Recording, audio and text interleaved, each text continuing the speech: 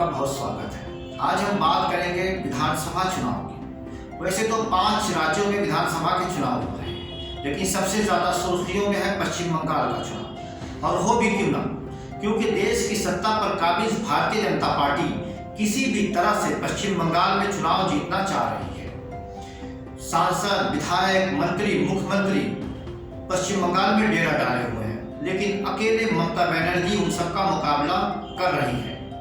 शुरुआती दिनों में अगर हम देखें तो भारतीय जनता पार्टी जिस तरीके से टीएमसी के नेताओं को तोड़कर अपनी पार्टी में शामिल कर रही थी, उससे ये लग रहा था कि ममता बनर्जी कहीं ना कहीं कमजोर पड़ती नजर आ रही है।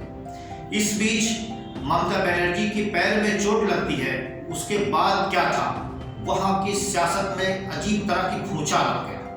ममता बनर्जी और उनकी पार्टी के नेता जहां बीजेपी पर एक तरफ हमलावर हो गए, वहीं भारतीय जनता पार्टी के नेताओं का ये कहना था ये ममता का ढोंग है, ये ममता का ड्रामा है। लेकिन बहुत जल्द बीजेपी की समझ में यह बात आ गई कि चुनाव के दौरान गोली की गई एक छोटी सी गलती चुनावी नतीजे बदलने के लिए काफी होती है। बीजेपी के नेताओं के सुर बदले।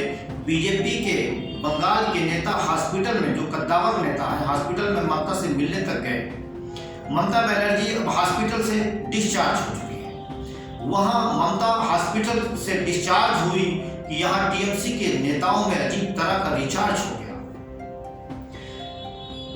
टीएमसी के नेता बीजेपी पर हमला कर रहे हैं कि ये साजिश के तहत हमला किया गया, यह ममता को मारने की साजिश थी। वही ममता बनर्जी का यह कहना है कि अब मैं व्हील चेयर के जरिए से चुनाव का प्रचार करूंगी। और आप ये समझ लें कि ममता का जो एक वहां की मुख्यमंत्री भी है, उनका व्हील चेयर से चुनाव प्रचार करने का मतलब बीजेपी की समझ में खूब अच्छी तरीके से आ रहा है। बीजेपी किसी भी तरह से इस मामले को रफा दफा करना चाह रही है ताकि फिर वही हिंदू मुस्लिम पर चुनाव आ जाए। लेकिन इससे पहले ममता बनर्जी नंदीग्राम में ये कह चुकी हैं कि बीजेपी मुझसे हिंदू मुस्लिम कार्ड ना खेले, क्योंकि मैं भी हिंदू हूं और मैं बंगाल की बेटी हूं और बंगाल के लोग अपनी बेटी को चुनेंगे।